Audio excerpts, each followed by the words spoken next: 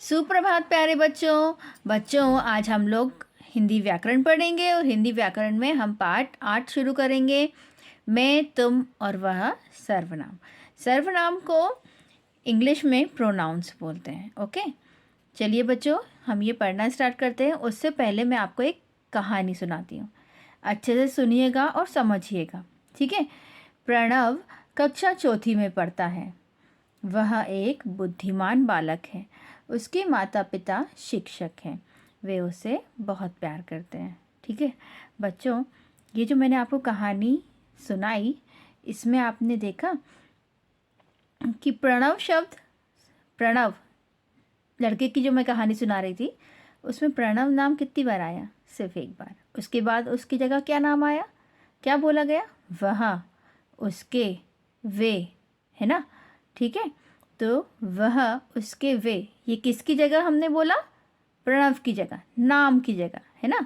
तो बच्चों कुछ आप समझ में आया आपके कि ये जो मैंने शब्द बोले, वह, उसके, वे, ये क्या है? सर्वनाम है, ठीक है।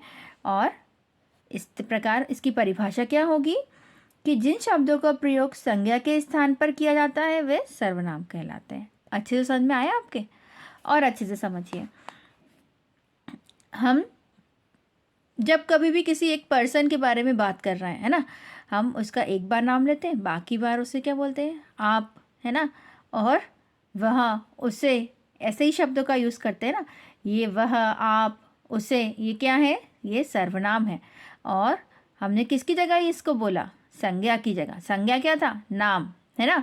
जो नाम शब्द होते हैं वो संज्ञा होते हैं, और उनकी जगह जो दूसरे शब्द प्रयोग में किए जाते हैं उन्हें सर्वनाम कहते हैं, है ना। और इसकी परिभाषा क्या होगी कि ऐसे शब्द जो संज्ञा के स्थान पर प्रयोग किए जाते हैं वे सर्वनाम कहलाते हैं, है ना। यहाँ पे आपको कुछ सर्वनाम शब्द दिए हैं, अच्छे से समझिए और पढ़िए। मैं, और इसके और कितने प्रकार हैं बताओ? मैंने, मुझे, मुझसे, मेरा, है ना। तुम, तुमसे, तुम्हें, तुमसे, तुम्हें, तुमसे, है ना। और तुम्हारा। आप, आपने, आपको, आपसे, आपका, है ना। हम, हमने, हमें, हमसे, हमारा। वह, उसने, उसे, उससे, उसका। वे, उन्होंने, उन्हें, उनसे, उनका। ठीक है, समझ में आ रहा है आपको? बच्चों पेज पलटिए। बच्चों, जिस प्रकार संज्ञा शब्दों का एक वचन और बहुवचन रूप होता है, उसी प्रकार सर्वनाम शब्दों के भी एक वचन और बहुवचन रूप होते हैं। जैसे एक वचन में मैं और बहुवचन में हम। एक वचन में तुम और बहुवचन में क्या है प्रयोग करेंगे हम? तुम सब, है ना। वह, वे, यह, ये, किसे, किन्हें, जिसे, जिन्हें, इसे, इन्हें, उसे, उन्हें। ठीक है, ज्ञान की बात यहाँ आपको दी है, अच्छे से पढ़िए, इसको समझिए। कुछ सर्वनाम शब्दों को बोलने वाला व्यक्ति, वक्ता, है ना, स्वयं के लिए प्रयोग करता है ना।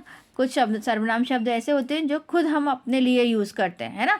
और वो कौन से हैं? मैं, हम, मुझे, हमें आदि, है ना। कुछ सर्वनाम शब्दों का प्रयोग बोलने वाला सुनने वाले व्यक्ति के लिए प्रयोग करता है।